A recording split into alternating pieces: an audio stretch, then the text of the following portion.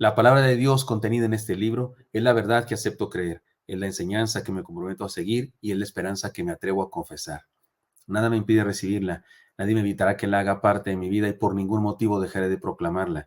Estoy aquí para leerla, oírla y vivirla diariamente. Amén. Señor Santo, habla en nuestras vidas, por favor. Bendícenos según estamos hoy, Señor, que nada ni nadie te interrumpa para que nosotros podamos entender tu palabra, convertirnos, crecer, comprometernos, lo que tengas para nosotros hoy, Señor, te lo pedimos en Cristo Jesús. Amén. Amén. Gracias a Dios por su palabra. Y vamos a una nueva serie, hermanos. Seguimos con el mismo libro, la misma carta de Judas. Pero es una nueva serie. Hemos avanzado apenas 2 versículos, me parece, 2 versículos. Pero vamos al versículo 3, que es parte de el que hemos puesto aquí, pero luego estudiaremos toda la carta. Y la nueva serie se llama así, El conflicto de los siglos. El conflicto de los siglos. Esta es la primera parte de esta serie basada en la carta de Judas. Dice así, una vez más leamos el principio y llegaremos al versículo 3, que es el que estudiaremos hoy. Judas, siervo de Jesucristo y hermano de Jacobo, a los llamados santificados en Dios Padre y guardados en Jesucristo. Misericordia y paz y amor os sean multiplicados. Amados, por la gran solicitud que tenía de escribiros acerca de nuestra común salvación, me ha sido necesario escribiros exhortándoos que contendáis ardientemente por la fe que ha sido una vez dada a los santos. Judas 1:3. Después de presentarse, Judas presenta su tema, presenta de lo que se trata su carta. Pero déjenme introducirme de esta manera. ¿Saben cómo le ponen nombre a los orientales? A los chinos, los japoneses, los coreanos. Por supuesto que es una broma, por supuesto que es una broma. Pero ¿saben cómo le ponen nombre a estas personas? Se dice que al nacer lanzan una moneda a un jarrón metálico y como suena así le ponen Jansun o Tinchon o Yenhu. Perdón, es una broma, por supuesto que no es cierto. Mi esposa y yo a veces vemos series coreanas y es una confusión bárbara con los nombres, ¿no? Y luego a nosotros nos parece que todos se parecen, que son muy iguales y es una lata con eso. Lo mismo piensan ellos de nosotros. Pero no es cierto esto de los nombres, es una broma que decimos acá en Occidente. Claro que en esas culturas, por cierto, los nombres son más significativos que para nosotros. Sí, ellos piensan más en el significado de los nombres que nosotros. Y regularmente ellos entienden por qué les pusieron así. En cambio, en nuestra cultura, casi la mayoría sabemos el significado de nuestro nombre porque lo investigamos nosotros por nuestra propia cuenta, pero los que nos lo pusieron en ocasión ni sabían por qué. Ahora sí hay personas que piensan y analizan y vienen el significado, y más los cristianos. Una hermana me decía, pastor, estuve orando al Señor por poner el nombre a mi hijo. Leí libros acerca de los nombres y vi lista de nombres y significado para que en la escuela le digan igual que a todos, oye, ya sabe usted cómo se dicen los muchachos. Tiene razón, acaso no somos tan respetuosos de eso, pero bueno, este ejemplo, esta broma, porque el nombre. ¿Se acuerdan ustedes que hemos hablado de este asunto? Algunas personas tan no les gusta su nombre que se lo cambian. Algunos oficialmente, o sea, van al registro civil y lo cambian. Es un lío cambiarlo en el acta de nacimiento, cambiarlo en el pasaporte, cambiarlo en el INE, cambiarlo en la credencial, ¿cómo se llama? La de manejar, de tránsito y cambiarlo en todas partes. Es un relajo, pero hay quienes no aguantan su nombre y se lo cambian o se lo cambian cuando están jóvenes y es menos lata porque hay menos documentos todavía. Y algunos no se lo cambian oficialmente, pero se lo cambian extraoficialmente. Y dicen, a donde van a algún lugar nuevo y dicen que se llaman de una manera que no se llaman. Yo tuve un compañero que le decíamos todo León porque él decía que era León Sánchez. Y un día el maestro, cuando no me acuerdo cómo fue que en la lista decía otro nombre, no me acuerdo cuál era su otro nombre, no estaba tan bonito. Y le dice, León, aquí dice que su nombre es otro. Y luego, ¿por qué? Y lo dice León, porque no me preguntaron cómo me quería llamar, dijo él solito. Y entonces se cambió de nombre. Sí, ya hemos hablado de cómo los nombres de los cristianos hablan de nuestra relación con Dios. Cristiano, hijo de Dios, vencedor, oveja, santo, discípulo, mayordomo. Los nombres de nosotros hablan de nuestra relación con el Señor, hablan de nuestro carácter espiritual. Judas se dice a sí mismo siervo de Jesucristo. Son importantes y también hemos hablado del trasfondo negativo del nombre del autor de esta carta. Pues qué remedio, se llama Judas, el autor de esta carta. Ya hemos analizado la identidad del autor y ciertamente nos impresiona su fe.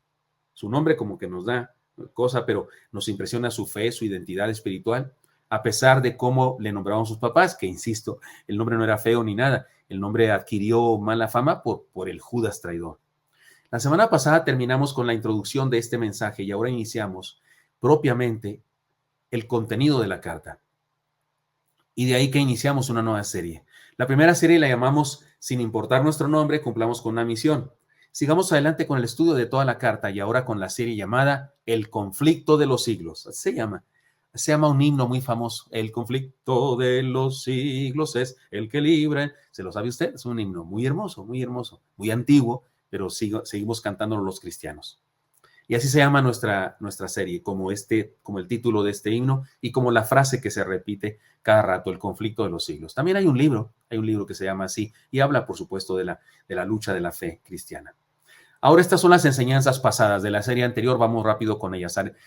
Honremos nuestro apodo, dijimos. Más importante de cómo nos nombraron nuestros padres es saber cómo nos nombra Dios. Más allá de nuestro nombre, honremos nuestro apodo, cumplamos con la misión. Y nuestro apodo es lo que dice la Biblia que somos para Dios. Honremos nuestro ministerio. Más allá de nuestro nombre, edifiquemos una vida cumpliendo un ministerio.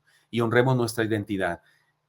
Jamás dudemos de lo que Dios ha hecho en nosotros. A los llamados, santificados en Dios Padre y guardados en Jesucristo. ¿Se acuerdan? Eso estudiamos la semana pasada. Honremos nuestra identidad y jamás dudemos de lo que Dios ha hecho en nosotros.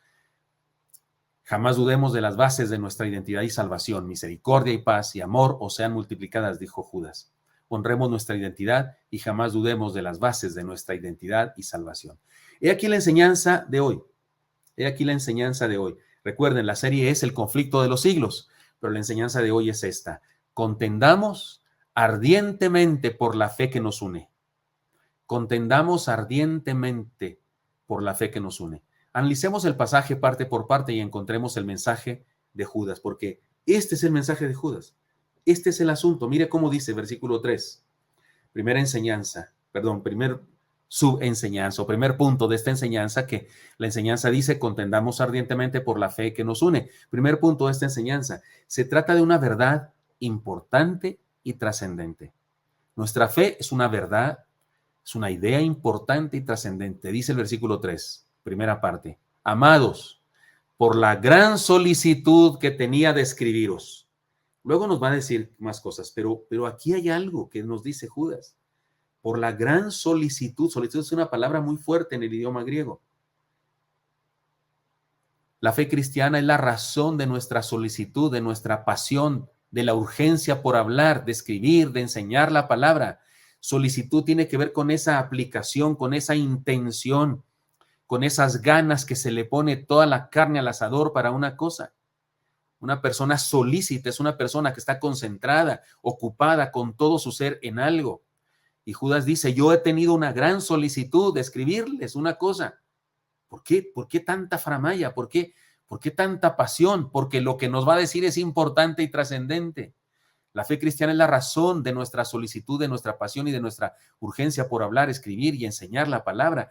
Judas aquí escribe algo. Él en ese momento no sabe todo lo que está pasando, no sabe que el Espíritu Santo lo está inspirando y que él está escribiendo algo que se va a quedar para la posteridad. Él sencillamente está muy preocupado por un grupo de iglesias a las que le escribe esta carta. No las conocemos, estas iglesias. Tenemos la impresión de que así es por lo que dice en su carta, pero no identificamos las iglesias a las que les escribe. Pero él estaba preocupado y dice: tengo una gran solicitud. También nos dice que Judas manifiesta que tiene una profunda conciencia de su responsabilidad por enseñarles a defender la fe. Dice: amados, por la gran solicitud que tenía de escribiros, yo tengo una gran solicitud de escribiros. Él se siente responsable. Él entiende que esto me toca a mí hacerlo. Son las iglesias del Señor y yo necesito enseñarles a defender la fe. Si quiere, leemos otra vez el pasaje completo, porque estoy diciendo cosas que tienen que ver con todo el pasaje, con el pasaje completo que estamos estudiando, versículo 3 de Judas, que dice así, se los leo una vez más: amados, por la gran solicitud que tenía de escribiros acerca de nuestra común salvación, me ha sido necesario escribiros exhortándoos que contendáis ardientemente por la fe que ha sido una vez dada a los santos. Este es el pasaje completo, pero como estamos estudiando parte por parte, la primera parte que estamos abordando es esta.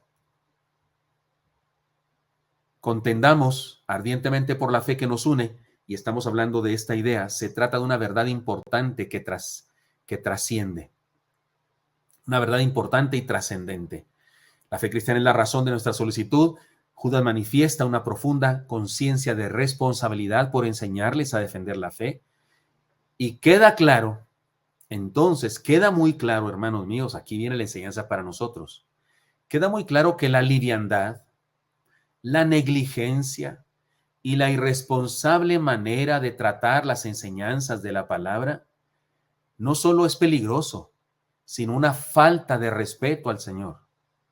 Es una falta de respeto al Señor ser livianos, negligentes en la enseñanza de la palabra. Hay gente que dice, bueno, ¿cuál problema? Pues, ¿cuál problema? Todos los libros cristianos dicen la verdad. No, no todos los libros cristianos dicen la verdad. Es más, no todos los libros cristianos son cristianos.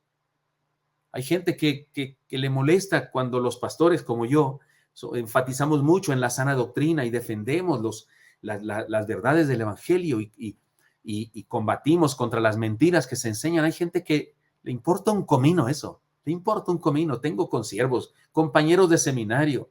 Estudiamos juntos, aprendimos las verdades del evangelio, aprendimos a estudiar la Biblia, a entender la Biblia, aprendimos exégesis, hermenéutica para que no nos engañen las modas del momento. Y ahora de repente los veo ahí predicando herejías, predicando mentiras, y percibo que algunos de ellos, porque he platicado con algunos y me he peleado así en amor cristiano, pero nos hemos dicho de cosas espiritualmente hablando, y percibo que saben que están equivocados, saben que lo que enseñan es mentira, y a pesar de eso insisten por conveniencia, por tener una iglesia grande, por lo que usted quiera. Esa liviandad, esa negligencia, esa irresponsable manera de tratar las enseñanzas de la palabra no solo es peligroso, sino una falta de respeto al Señor. Está de moda andar haciendo declaraciones y hay quienes ni siquiera se ponen a pensar de dónde sale esa doctrina, de dónde viene. No viene del evangelio, no viene de un evangélico, no viene de la Biblia. Ese asunto de hacer declaraciones viene de la brujería, viene de la parapsicología, viene de la metafísica de ciertas personas que practican artes ocultas y que de ahí alguien la pescó y la trajo al cristianismo. No viene de la Biblia. Usted no puede ver en la Biblia ningún apóstol, ninguno de los patriarcas que haya hecho alguna declaración, declaro sanidad o declaro no sé qué, ninguno hizo tal cosa. Cuando alguien dijo alguna cosa fue porque Dios la declaró primero, pero Pablo no se declaró sano de su azote, no se declaró sano de su aguijón jamás. ¿Por qué? Porque no es un hereje como los que... Pero hay gente tan liviana. Queda en evidencia que las supersticiones populares que algunos cristianos creen a pesar de estar en contra de la enseñanza bíblica son nefastas. Son nefastas. Hay cristianos que siguen creyendo que sería bueno ir a hacerse una limpia. Perdonen, eso es inconcebible. Eso es inconcebible.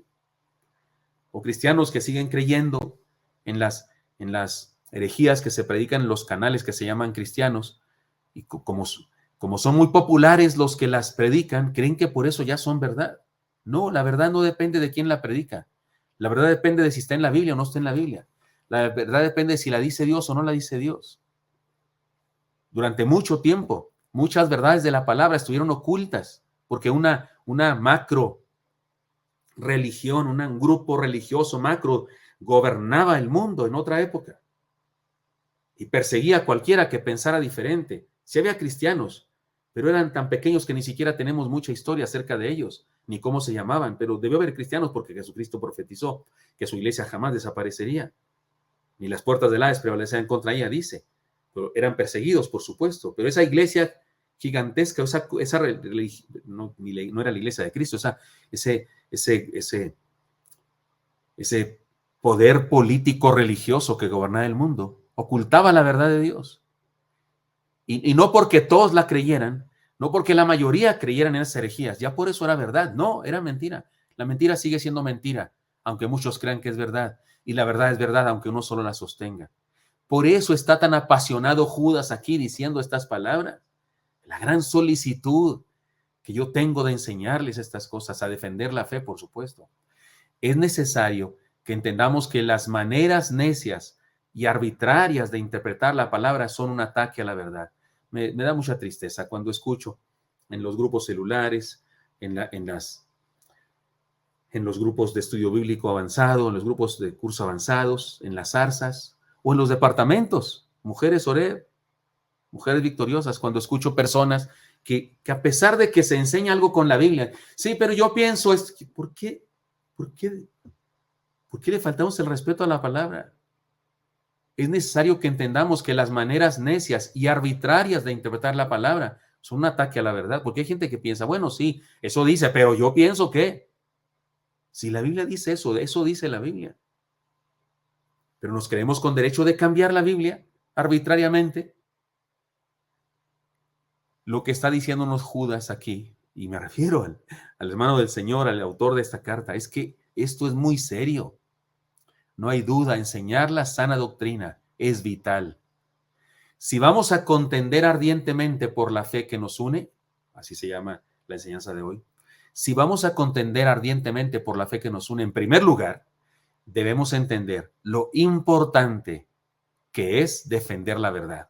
Hermanos míos, por amor de Dios, como decía el apóstol Pablo, por las misericordias de Dios, les ruego, debemos entender lo importante que es defender la verdad.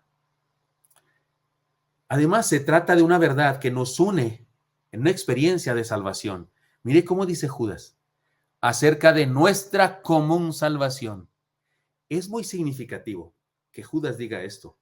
Es muy significativo porque recuerde, ¿quién es él? Ya lo expliqué en sermones anteriores. Qué interesante que Judas, una vez más, muestra su humildad y su intención de enseñar que todos somos iguales. Él no se creía nada. La salvación nos es común porque nos iguala a todos en el nivel de pecadores. Esta común salvación nos pone parejos a todos. Todos somos igual de pecadores. No importa si es rico, si es pobre, si es gordo, si es flaco, si es mexicano, si es chichimeca, si es de Tlaxcala o es de Brasil, de donde sea. No importa, la común salvación nos iguala a todos. Igual estábamos perdidos, igual estábamos lejos de Dios y Él nos salvó por su pura gracia a todos por igual. Nos hermana a todos en el nivel de perdonados y de adoptados como hijos. No hay nadie, esto deja bien en claro que no hay nadie que por raza o país sea salvo de otra manera. Miren nomás, Judas es hijo de María y de José. Sí, María y José. Jesús, María y José, esos José y María, esos de esa expresión que usan algunos. Judas es hijo de María y José, es hermano, por lo menos postizo, algo así, porque Jesús era hijo de Dios, punto. Pero creció con Jesús como su hermano mayor. Judas es un hijo de María y José, lo sabía, y nos hace saber que yo soy igual que cualquiera. O sea, yo no soy salvo porque soy de esta familia, ni soy salvo porque soy hebreo, soy salvo porque creí. O sea, esta salvación nos hace comunes, nos puso en lo mismo a todos, nuestra común salvación. Me encanta la forma como Judas dice esto, porque nos ayuda a entender que se trata de una verdad que nos une en la experiencia de salvación. Se trata, hemos dicho en primer lugar, se trata de una verdad, por supuesto, que por la que debemos luchar. Se trata de una verdad importante y trascendente, pero también se trata de una verdad que nos iguala a todos. Además, se trata de lo siguiente, se trata de una verdad que debe ser perpetuada. Me ha sido necesario escribiros, dice Judas. Es tan importante esto, es mi razón de ser, es mi solicitud, es por lo que soy apasionado. Esta verdad nos une a todos, nos iguala, y luego dice, me ha sido necesario escribiros. Se trata de una verdad que debe ser perpetuada. Es evidente que las iglesias a las que Judas escribe esta carta se encontraban en peligro. Posiblemente como en otras iglesias habían entrado falsos apóstoles, falsos maestros que enseñaban falsos evangelios. Es decir, que aquella enseñanza tan importante de la que Judas habla debía ser defendida. Debía ser defendida. Si hace falta defender una fe, explico, si hace falta defender la fe, es porque hay enemigos de la fe, ¿no? Y deben ser identificados. Número uno, deben ser identificados.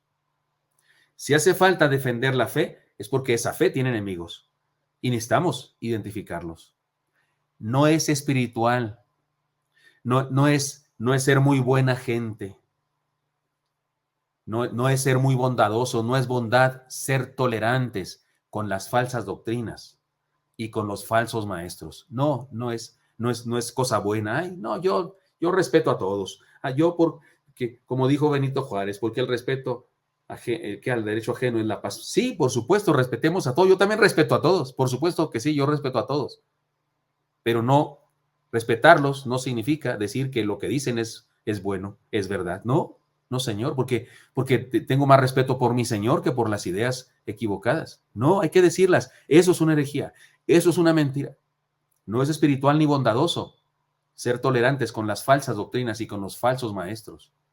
La necesidad de Judas, y se les necesito escribir esto, la necesidad de Judas es la necesidad de todo pastor de nuestro tiempo. Y yo diría que si un pastor no tiene esa pasión ni esa solicitud de Judas, pues no debería pastorear porque no es un pastor verdadero. Si el pastor cuida las ovejas de los lobos, si el pastor lleva a las ovejas a alimentarlas en pastos correctos, ¿cómo que ahora hay un pastor que le importa un comino que comen las ovejas y le importa un comino lo que creen las ovejas? Eso no es pastor. Por eso discúlpenme, hermanos de Oré, por eso discúlpenme que yo sí despepito y me enojo y me apasiono por la verdad y digo, hablo en contra de las herejías. Perdónenme, es mi trabajo, discúlpenme el agravio, como decía el apóstol Pablo. Dios inspira a Judas para que quedara escrita por la eternidad la necesidad de defender la fe y la sana doctrina. Así que, hermanos míos, si vamos a contender ardientemente por la fe que nos une, en tercer lugar, debemos ser cero tolerantes con la herejía, cero tolerantes con la mentira, aunque esté de moda, cero tolerantes. Además, se trata de una verdad que debe ser defendida con la vida misma. Mire cómo dice Judas. Aquí usa unas palabras muy fuertes. Perdón. Dice, exhortándoos que contendáis ardientemente por la fe. Judas no tiene empacho. En primer lugar, no tiene empacho en decir que lo que les va a mandar o que les manda en esta carta es una exhortación. Ya exhortación es una palabra fuerte, es una admonición, es un llamado a enderezarse. Es un llamado, una convocatoria, una exhortación seria, profunda, a enderezar el camino. No es una recomendación. Así como si vos querés, como dicen los argentinos, si vos querés. No es una recomendación. No es solo una buena idea para que la analicen. Les dejo esta idea, ahí piénsenla si quieren bien y si no. No es una buena idea para que sea analizada. Se trata de una orden directa de parte de Dios mismo, sustentada con la palabra. Eso significa en este pasaje que Judas llame a lo que va a decirles exhortación. Esto viene de Dios, les dice él. Esto viene de Dios y esto es para seguirlo. Por eso digo, se trata de una verdad que debe ser defendida con la vida misma. Además de exhortarles, les anima a hacerlo entregando la vida. La palabra que se traduce contender, dice, contendáis ardientemente. La palabra que se traduce contender tiene que ver con lo siguiente. Contender es entender que se trata de una guerra. La más importante guerra del mundo, por eso he llamado esta serie El conflicto de los siglos.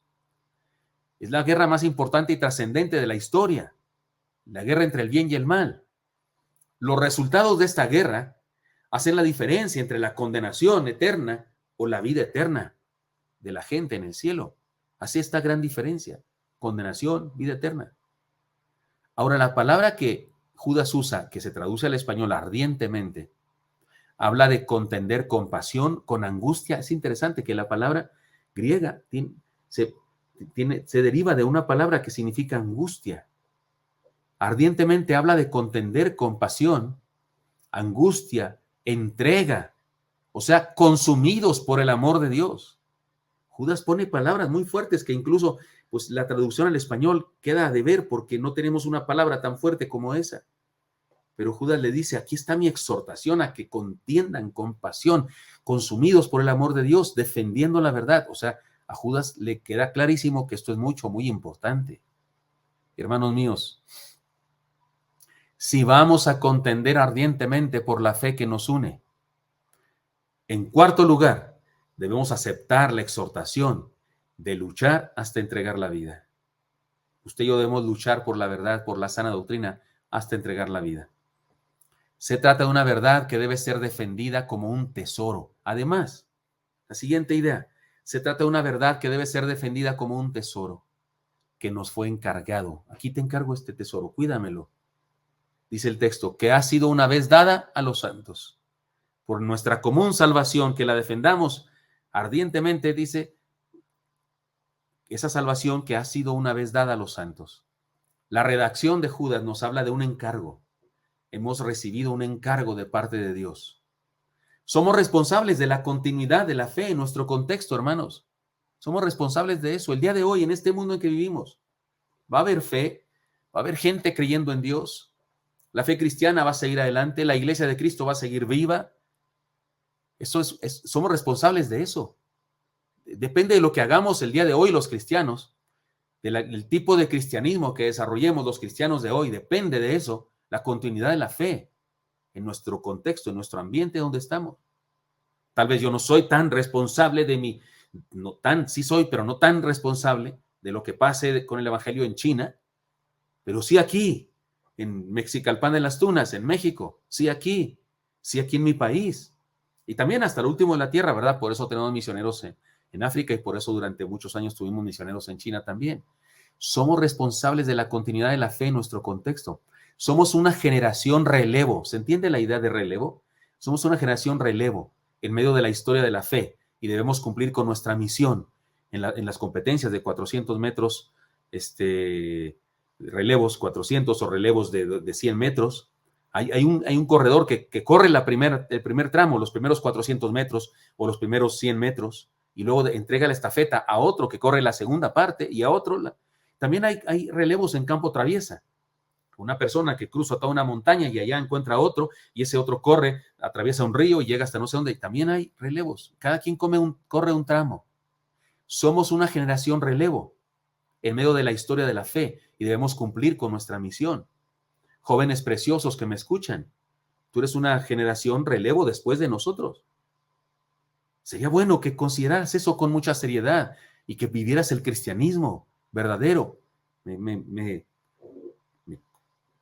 causa mucho dolor ver cristianos jóvenes que los vi haciendo decisiones, levantando la mano, pasando al frente,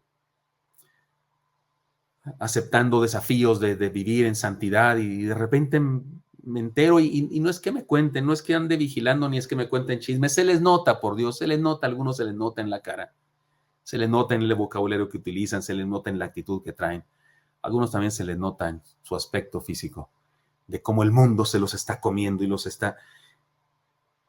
Por favor, jóvenes preciosos, en tu generación necesitas ser el relevo en ese tiempo de tu historia, porque vas a vivir más que yo, muy seguramente, muy seguramente.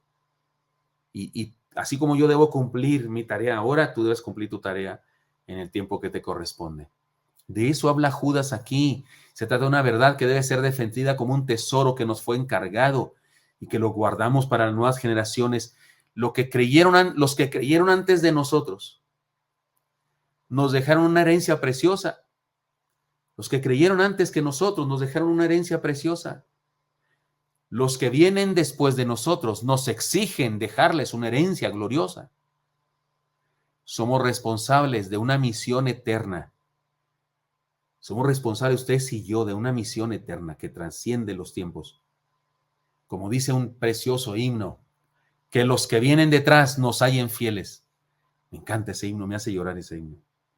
Que los que vienen detrás, habla de los antepasados que vivieron una fe extraordinaria. Y luego dice que los que vienen detrás nos hallen fieles. Sería bueno durante esta serie escuchar ese canto uno de estos días. Si vamos a contender ardientemente por la fe que nos une, en quinto lugar, debemos unirnos a los guerreros del pasado y cumplir la misión que ellos cumplieron ahora nosotros en nuestro contexto. He aquí una historia, déjenme les leo, una historia del himno del que hemos tomado el nombre de esta serie. Hay una estrofa, el himno es muy extenso y muy hermoso, pero Esta es la estrofa que habla de esto que estoy diciendo. Miren cómo dice, vamos con ellos, habla de los héroes de la fe. Y luego dice, vamos con ellos el conflicto a sostener, inspirados en su ardor y su misma fe. Y su misma fe, nuestra habrá de ser, como nuestro es ya su honor. Es una lucha que jamás tendrá su igual, y es forzoso continuar hasta el día en que el jefe celestial nos mande a descansar.